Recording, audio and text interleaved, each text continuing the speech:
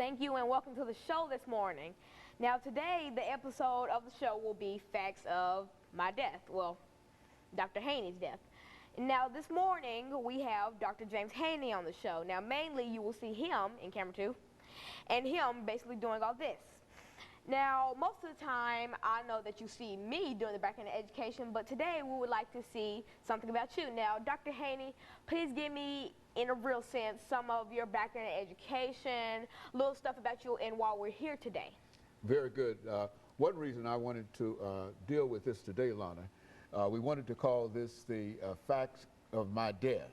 And I think that what we've done, we've sort of laid the foundation by having you who will be able to give us information in reference to what happened.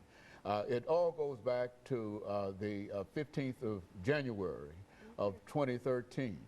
It appeared that my wife was in some distress. She was having some problems with her leg, and it was decided torn tissues in her leg.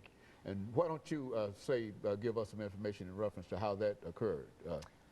Well, on the morning of January 15th, me and you were getting ready to go to school. Well, you were getting ready to take me to school, and then you'd go off to work. Now, when I was walking past my grandmother's room, I heard her in distress. I heard her crying. So I went into her room, and I said, "Grandmother, are you okay?" And she was like, get James, because y'all will need to have to take me to the hospital because she had torn tissue in her leg. And now, after we had put her in the car, and then we went off to the Summit Hospital in Hermitage, Tennessee.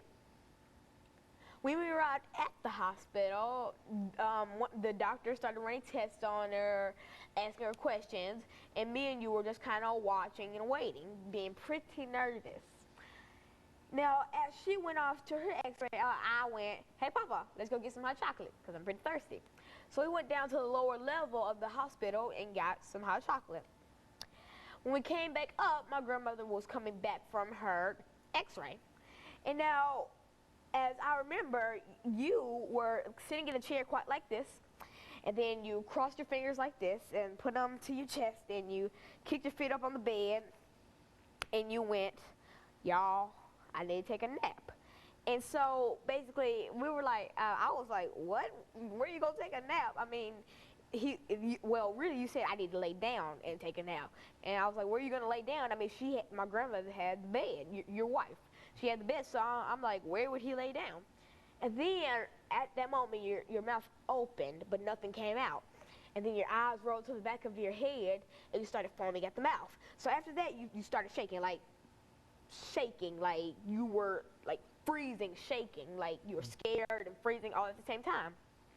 And so I shook you. I was like, "Papa, wake up, Papa," because you weren't moving anything. Your mouth was open. You were foaming at the mouth, and your eyes were completely white. You were just shaking. So I was like, "Papa, wake up, Papa." And then after that, I flew out the door. I basically ran out the door, and I went, "We need nurses. We need doctors. My grandfather, he's having a heart attack. Help us, help us." And so they ran back into the room, and then there was this one nurse, and she had stopped in the room and said, "Oh, my God." And so let me interject here, Lana, during this first segment, because at this point I had literally lost my consciousness.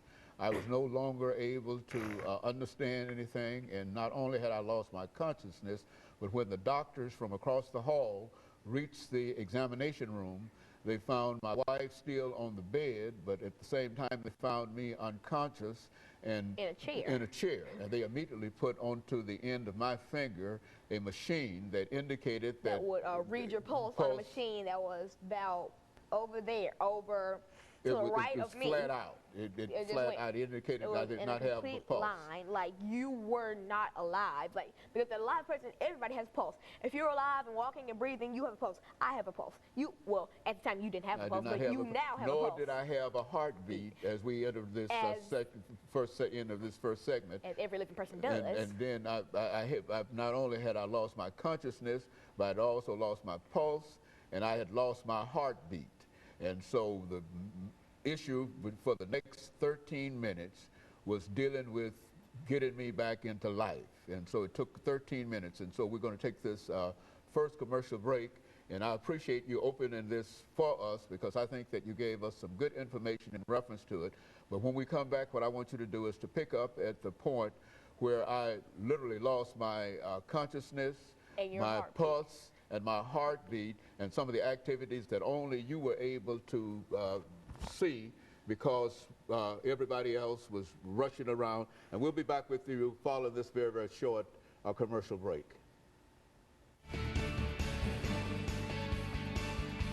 Of the show now,